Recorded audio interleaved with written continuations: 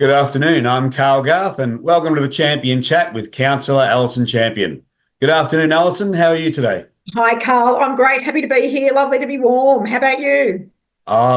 Looking forward to what is supposed to be better weather this weekend. So, Yeah, get out in the garden, do a few things. yeah, very exciting. Woohoo. Alison, in today's episode, we're going to have a bit of a look at footpaths and general maintenance and upkeep in Banyule, hmm something that tends to have everybody talking every now and then. Yeah, everyone's got a comment about the footpaths. Well, great segue, Alison, because I know a couple of weeks ago I made a remark to you about what I thought was the poor quality of patch jobs done on Yeah, the footpaths in my suburb. yeah, You weren't backwards in pulling me up and saying that was only the first step of the maintenance process. yeah, yeah. So, again, obviously, I don't know much about this. So, why don't you talk to us about the process from start to finish Yeah, around repairing footpaths? Why we see, sometimes what looks like a short-term yeah. That's bitumen right. patch fix. Yeah, Please. yeah. So there's actually the whole concept of renewal is actually over a 4-year period. So our officers essentially they're essentially engineers. Mm, They know that there's a time frame for the works that are constructed that are being done and the construction. So into the budget goes, over the 10 years goes this length of footpath needs to be done, this area of footpath needs to be done in this particular year, and we just it stays on the in the years, and then we get to it. mhm. So that's for all the footpath, the areas of footpath. That's also for our roads, local roads as well, and the service roads. So there's just a rolling maintenance program for it, and renewal program. Mhm. Um, there are regular inspections as well by the officers. And whenever there's, an officer notices that there's a footpath that's uneven, for example, they'll put through a message to the central system, a CRM, we call it.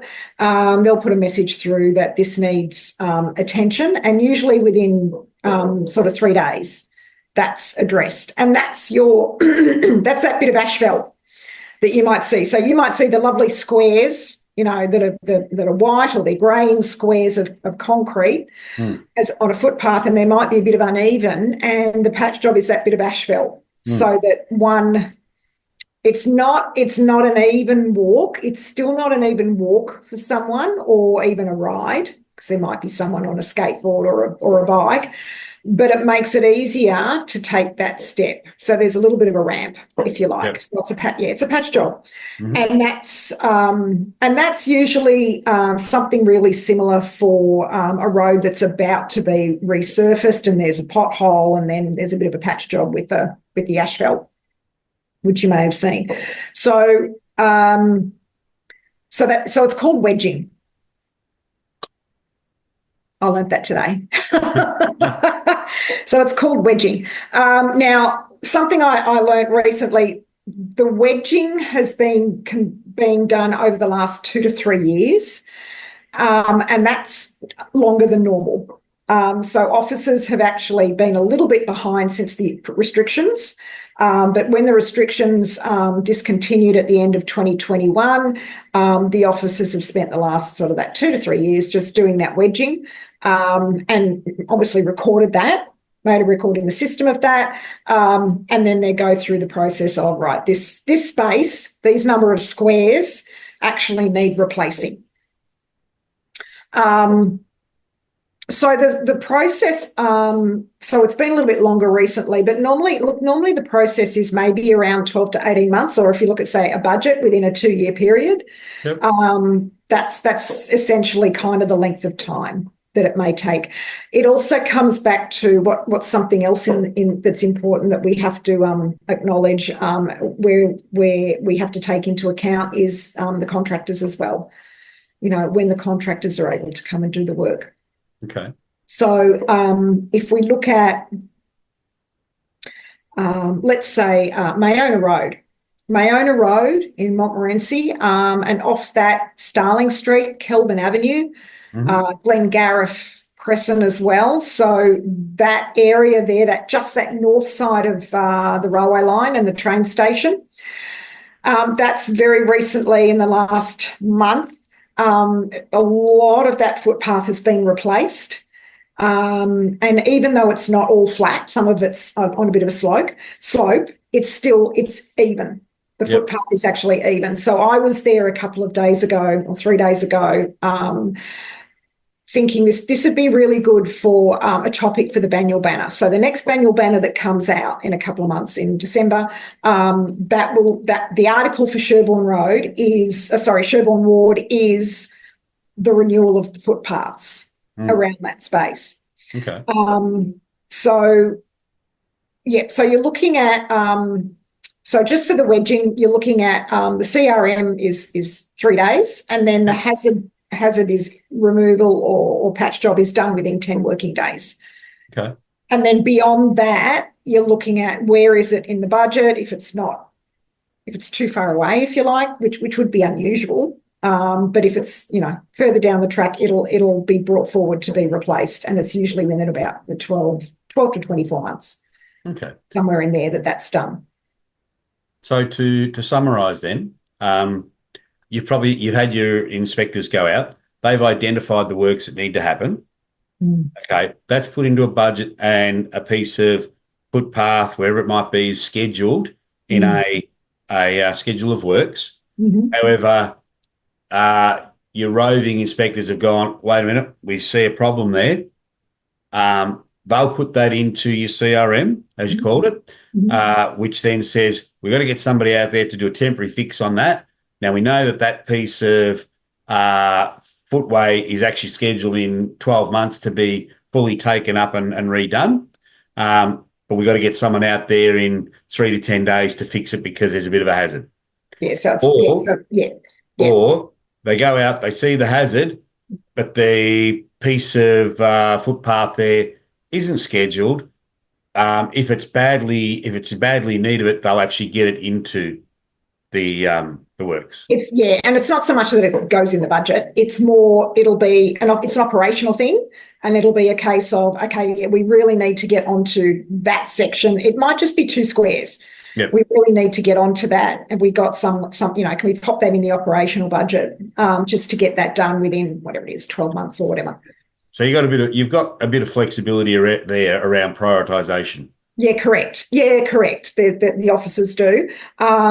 And like I said, the big stretches and the areas of footpath are things that go into the budget at certain times. Yeah. Okay. Yeah. Okay. Alison, so that's for footpaths that are obviously around our residences now. What about walkways or trail walkways, whether they're concrete or whether they're just straight dirt tracks? Yeah. So we refer to them as our walking trails. And that's the space that someone might walk, they might ride a bike, they might skateboard. Yeah. So our walking trails do not fall under that department. So all what we're talking about today is all assets. That's all our assets department. And under that, there's, your footpaths and your drainage and your roads. And then there's also parks and gardens. So your trails, usually by the river, in the parklands, that kind of thing, in our parks, that's under parks and gardens and your open space. Yep. So that's a different department and different bucket of money as well. It's a different bucket of money. So the Yarra Trail, for example, we love our Yarra Trail. That's actually under the jurisdiction of Parks Victoria. Oh, so not even parks and gardens in Banyule? No. Well, you look at the Yarra River. Yeah. Yep. Yarra River is the major river in Melbourne, and it makes its way through a big area of Melbourne. It makes its way through a lot of local government or LGAs. Okay. So it's Parks Victoria that actually take care of that. What about? I'm There's a sorry. small section of it that actually, in Banksia Street, around Banksia Street, there's a small section of it that is actually the responsibility of council. Okay. But the rest of it is Parks Victoria. Oh, So there may be communication from Parks Victoria with our officers about that, but we don't necessarily know that as councillors. It's not a decision we have to make. It's something that's delegated to the officers. okay. Okay. So where we have a couple of concrete paths that people run on, bike on, that actually run between our suburbs. Yeah, so that's maybe But the Plenty River Trail. so that comes under Parks and Gardens for Banyule. So that's local. Yeah. Okay. So the And the Plenty River process, Trail, go on. I was just going to say, and for that, is the process exactly the same, even though it's a different area and a different bucket of funding? Is the process still the same? Roving inspectors seeing where works need to be done, etc. Yeah, pretty much. Generally, yes. The other thing too, obviously, if community uses the trails a lot, Mm. quite a lot, for various reasons. So sometimes a member of community might alert us to something that's a bit not quite right or unsafe. But generally, our officers are, keeping an eye on that. But the other thing too, it's also the bridges across the Plenty River as well, between the trails. Okay, so Yep. that that's part of the trail. So that's part of that network. So that's something that we look after, or our officers look after. There every now and then there has, I know it was last year, it might have been last year, we were notified by one of the department that there'd been a bit of a landslide on part of the Plenty River Trail, and that trail had to be blocked off from walking and cycling, etc., until it was repaired. Right. So yeah, the officers are out and about. Sometimes a bridge might be damaged. When a Mm-hmm. bridge is damaged, you're not allowed to cross it, and then the officers, repair that. Also going to say too, water, when the water rises, haven't had that for a little while. When the water, it's No, been we didn't, dry did this we? year. Yeah. Been a bit dry this year.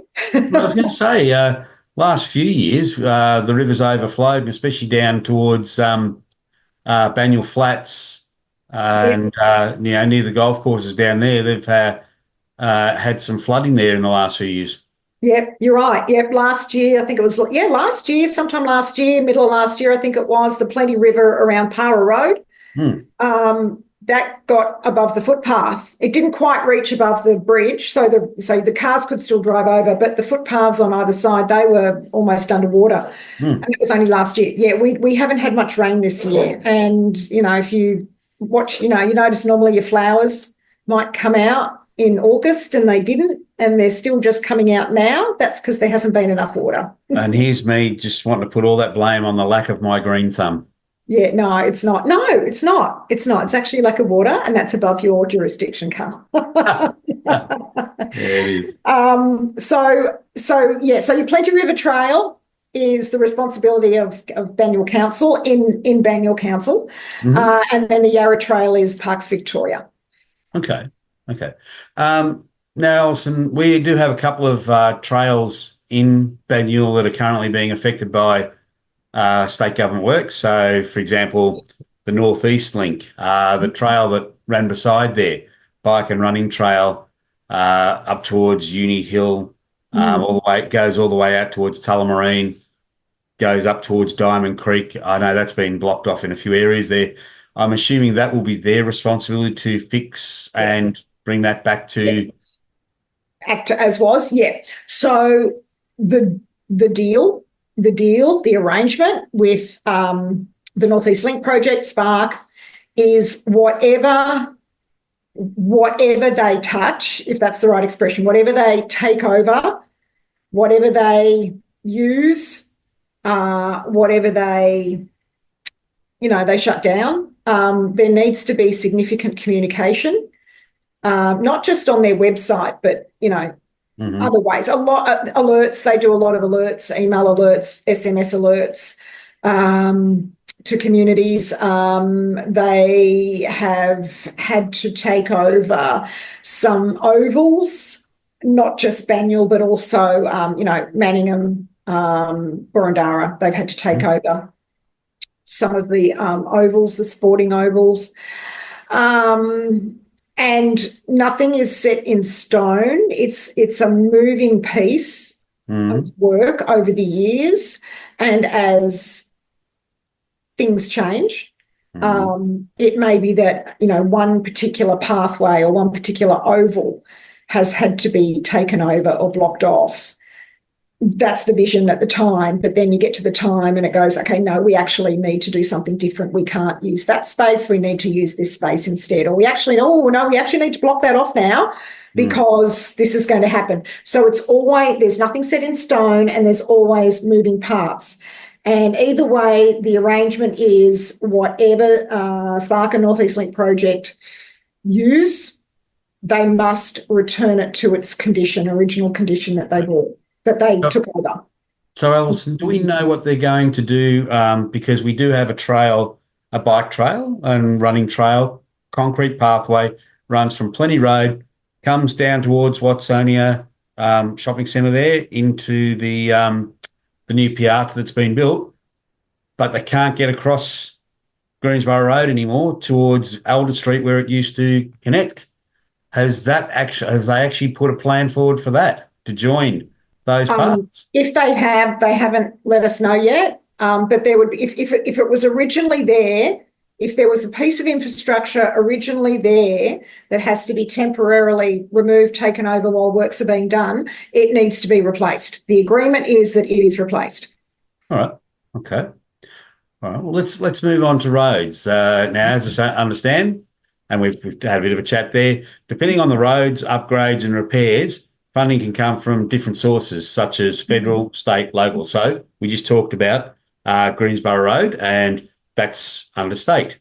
But let's talk about local roads. What is the process there when it comes to upgrades and repairs? Because you did mention so local roads. So again, officers, there's a system program in place that's in the budget.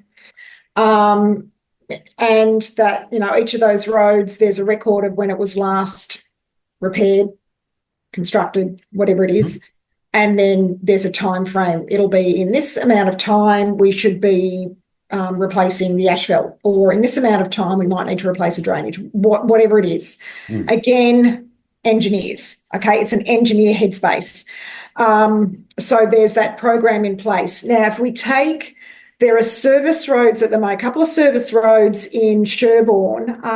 One is Looker Road Service Road, and there's a really, really narrow, kind of off the beaten track kind of road it's Yarra Hill, which is at the southeastern end of Sherbourne. It's right on the borderline of Yarra River and Manningham. Okay. Both of those desperately need resurfacing. And so they're in this year's budget. So by June 2026, both of those very local service roads will be repaired. Okay. And currently, Looker Road, I can tell you the service road in Looker Road has a lot of the patch jobs. So there's little patches of new asphalt that have gone in just to cover the potholes. But that's certainly something that's been in the budget. It was in the budget last year for this coming year. Yep. Okay. Yeah. So the officers identify locations that do need work. Unfortunately, there are some that kind of get lost, I've learned. And those two roads are two that I'm thinking have just been left. Okay. But they are local. They're not through roads. They're roads. They are only, a handful of homes are going to be using those roads. So it's not like they're high traffic. It's not like there are a whole lot of vehicles that are going to be using those roads. So they don't, I don't know if fall off the radar is the right expression, but they're not in a regular system.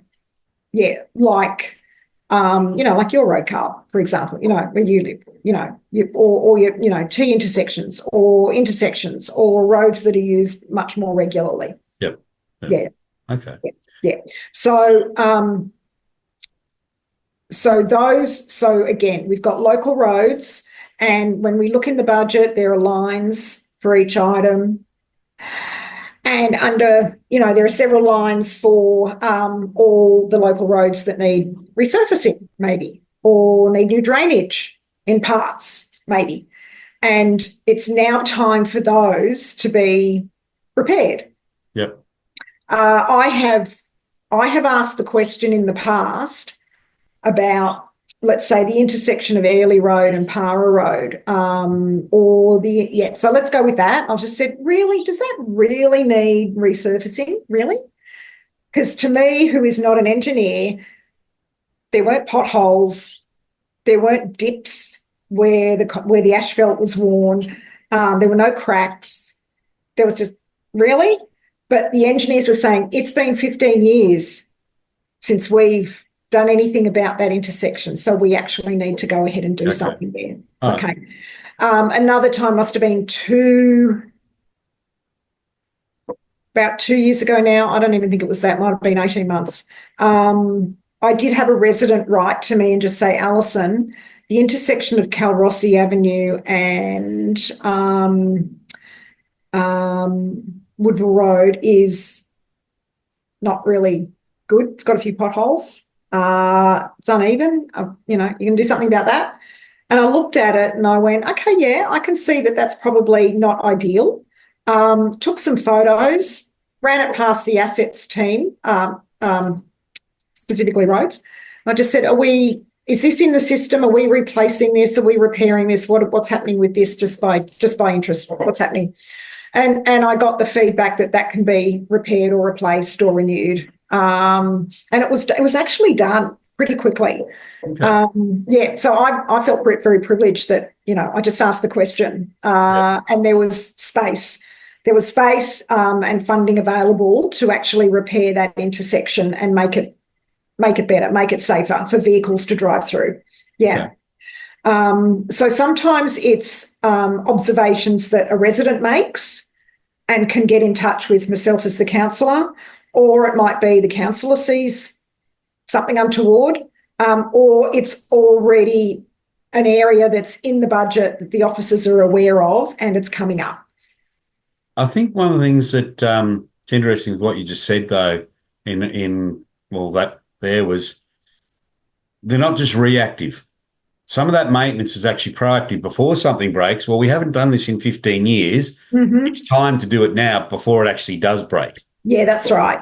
Yeah, that's right. So so all those assets are in a rolling program of maintenance. Right. Mm-hmm. Okay. And so, look, obviously, as more and more development happens around Banyule, there would be more and more that goes into that asset bucket. Uh-huh. I know. That's right. What probably wasn't was a bit of a Captain Obvious statement there, but I guess where I was coming from is it always means you've got to try and balance that budget even more because we have more and more assets each year. Yeah, that's right. And look, one of the things that comes to mind is the fact that we're in a conversation, we've been advised, a lot of LGAs, not just Banyule, but a lot of LGAs have been advised, you've got a tower, a social housing affordable tower being built here, wherever here is in that particular LGA. Now, in Banyule, it's Greensborough. So above Savers, the Savers site, the state government has announced that it is going to construct a 17-storey tower of social and affordable housing. And one of the comments, concerns that I'm hearing especially, but I know my fellow councillors will also be hearing is, how's that, all those new people going to impact the infrastructure? Have we got an infrastructure in place that will actually support not only that building, but also all the people who are expected to be living in it and using this space? How are we all going to manage that? Has the infrastructure been looked at? Haven't had an answer yet for that one, but but you're right. There are going to be more people, more, not necessarily more vehicles, but there will be more people in that space.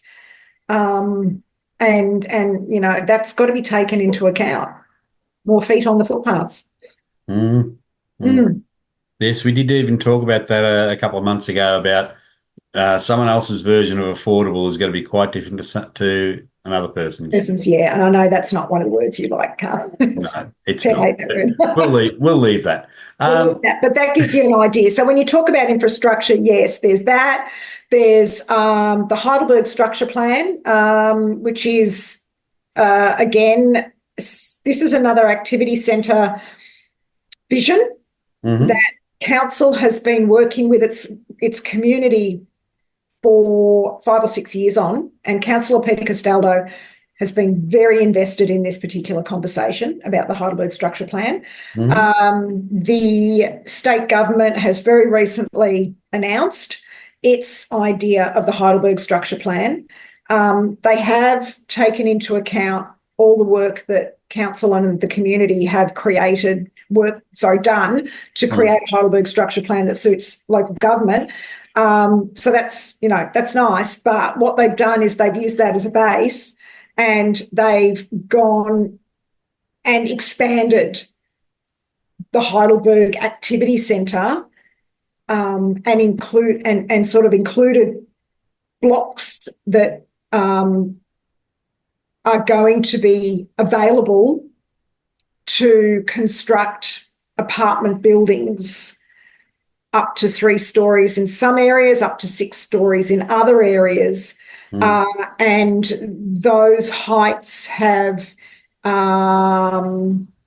those areas or those blocks, those planning blocks or those building blocks, have the number of those has expanded out from Burgundy Street, out northwards, out southwards, not really out eastwards because the river is there, but out westwards a little bit. So the Heidelberg plan has started to include the northern end of Eaglemont. Mm. So it's extended quite far. It's the Heidelberg plan has shifted right up. We're getting closer to Rosanna. It's taking up a much bigger space than the original Banyule Activity Centre plan. And I know we talked about this in the last podcast, but again, you mentioned infrastructure in relation to development. Great question. We talked about the heights and the density, but what we didn't talk about was the infrastructure. And yes, our drainage is going to need replacing pretty quickly. And Mm. when I say quickly, I mean over the next sort of decade, 2 decades. I'm talking that. I'm not yet. We're going to need to replace some drainage. We're going to need to reinforce, parking spaces and areas and roads because there are going to be more vehicles on them. There will. Yeah. So there's that. That's just one area. Yes, I also saw one. I think it was for the Heidelberg West, reaching out even over towards Heidelberg itself, or Ivanhoe. Yep. There's been quite a bit of angst over that one as well, with Yep. different heights, and as you say, where is everything going to go? Yep. Yep. So, And the density is increased significantly, or there are plans to increase our density significantly around your Heidelberg, a lot of parts of Heidelberg West, and there are other parts of Metro Melbourne that are experiencing the same thing. They're having the same conversations. yeah, I guess the question that we'll end up, and I know we're sort of getting a bit off topic here, but where is the money for that going to come from? You know, you have a very finely balanced budget. You start throwing in the need to upgrade the sewerage works around Greensborough to cater for more density housing. We're not talking cheap little, let's run a couple of, let's get the local plumber down to, put a couple of pipes in. It's going to be a lot more than that. That's right. So, Every single metro local government area is going to have to increase its budget for our infrastructure, for our assets. So, and we all know that when that happens, that burden will fall on the residents. Mm. Yeah, so, yeah, I'll leave that one be for now. Maybe it's another topic for another day for us. Alison, are there any other elements to maintenance in Banyule that we should be aware of? Look, I think we pretty much covered the absolute basics. Yeah. Mhm. Our playgrounds also, they're in a program. They're what is it? A rotating program, if you like, of maintenance and renewal. So there have been, so you'll see in the Banyule Banner and in the budget as well, there are various playgrounds around Banyule that are being renewed. There are those in Sherborne that renewed last year and the year before. There are others coming. I've actually been asked about Petrie Park on several occasions because the residents know that was a project that was voted on 9 years ago, and nothing's changed for them. On face of it, nothing's changed. But for the officers, the reality is, well, there was conversation with state government as a part of the rail duplication project. We've got the shared user path. So this particular Petrie Park project was meant to be renewed 9 years ago, and a rebuild go there. But 9 years later, we're having to we've gone back to square one, and it's now on council to create a new park, which should have been done 8 years ago. 7 or 8 years ago, it should have been done, and it was in the budget to do it for 7 or 8 years ago. But because the rail duplication project came up, the conversations were that the state government was going to support the project, and now they're not because the funding isn't there for that. So there's now a new conversation that the officers have been involved in over the last sort of 12 months, a little bit longer probably. We need to get on with this project. We've got to start again. So they're going out to tender for that. That's a project that has taken longer than it normally would because of the circumstances regarding the state government projects. It's probably not the only one. It won't be the only one in Metro Melbourne. All right, there'll be plenty of others. So we now do not have support from the state government, or as much support from the state government for that. So now we're working out, another plan. However, normally, like I said, the parks, trails, gardens, they're on a rotation. They're on a rotation of maintenance, renewal, repair, etc. It is possible for residents to contact council. So they can contact either inquiries at banyule.vic.gov.au, or they can just contact their local councillor and advise something's damaged, something's broken, something needs repairing, just as we do. So they're welcome, they're welcome to do that. And the other thing I was going to say, just remember the patchwork is not the end process. It's not at the end. It's that it's in place. When you see those bits of asphalt, the process is in place. It's not an end result. If you want an end result, go to Mayona Road. Mayona Road's fabulous. Go to Mayona Road or Glengarriff Crescent or Starling Street or Kelvin Avenue. Go to that part of, say, Montmorency, and you'll see some brand new footpaths. They're beautifully done. Okay. And look, I will say, we often hear residents, we have often heard in the past, and I'm sure it'll happen again in the future, residents complaining about footpaths in Banyule and how they're not even, they're still in the patch stage, they need improving, repairing. So we've caught up on that and we're working through that process now, which is wonderful. But if you really think footpaths in Banyule are not good enough, you need to go and walk Stonington or the city of Yarra. Like you're in a suburbs, like Richmond, for example. I was there yesterday walking with my mother, my 94-year-old mother, who now walks with a frame. Took my time and I just watched her walk probably about 200 metres, I'd say, over bluestone cobbles, over uneven asphalt, patched asphalt, over I've seen her do that, and I've gone, no, there is no way you can complain about Banyul's footpaths. It's all relative, isn't it? It's all relative. Yeah.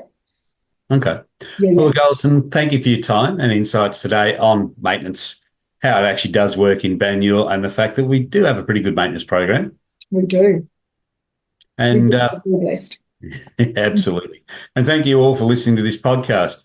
If you'd like to know more about the Banyule maintenance programs, there's links below in the copy. And I hope that you can join us next month for the Champion Chat podcast, where hopefully we could be either discussing Rosanna Library, or has that been put back?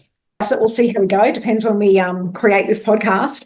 But the Rosanna Library is due to open, I think it's the first week of December. Looking forward to that then. Oh, I'm so excited. Wonderful. Well, Alison, thank you very much. Have a great rest of your day. And Thanks, thank you to all. Michelle. Take care. Bye bye, everyone.